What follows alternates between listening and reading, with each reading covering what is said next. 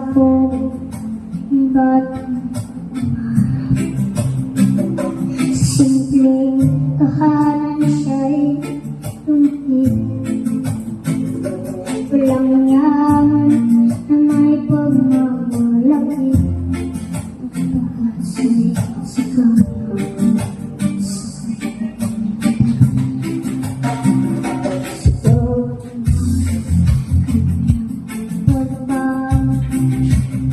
kasamang mga magulang na nasa puso. Pinig nilang pasal ng kahirapan upang makita na siya. Kahit kapos ang buhay noon, hindi nila pinabayaan ang pangarap. Pagmamahal ng kanilang puhunan na naging lakas ng isang kabataan. Rene, bituin ng Mindanao, mula sa hirap hanggang tagumpay, ang harap mo'y aming gabay. Mula Talasogon hanggang Kalamitan, naririnig pa rin ang iyong pangalan. Di ka nawala, di ka naglaho.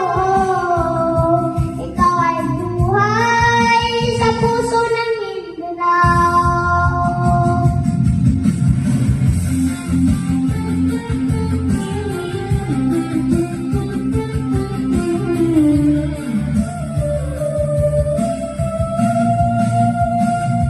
At nung dumating ang tagumpay, buong Mindanao ay kanyang pinasya. MVP ng palarong pagbansa, bayani ng kabataan. Nangangarap pa at dumating ang araw ng kagisan. Maraming pusong nasasaktan. Bakit ang isang batang ulo ng pangarap ay agad kinuha sa murang edad? Ngunit sa bawat luhang tumapatak, may alaalang hindi mabubura. Isang anak na naging nangal ng kanyang ama, ng kanyang ina, at ang buong Mindanao.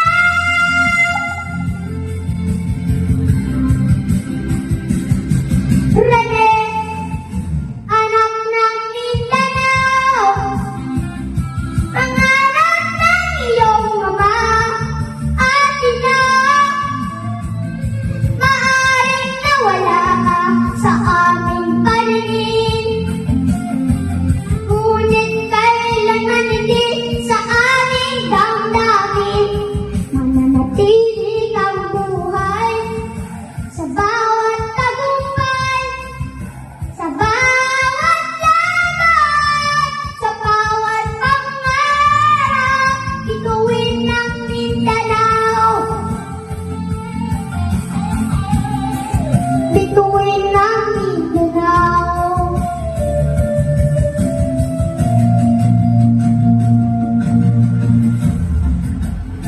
At sa bawat pagsikat ng araw sa Mindanao,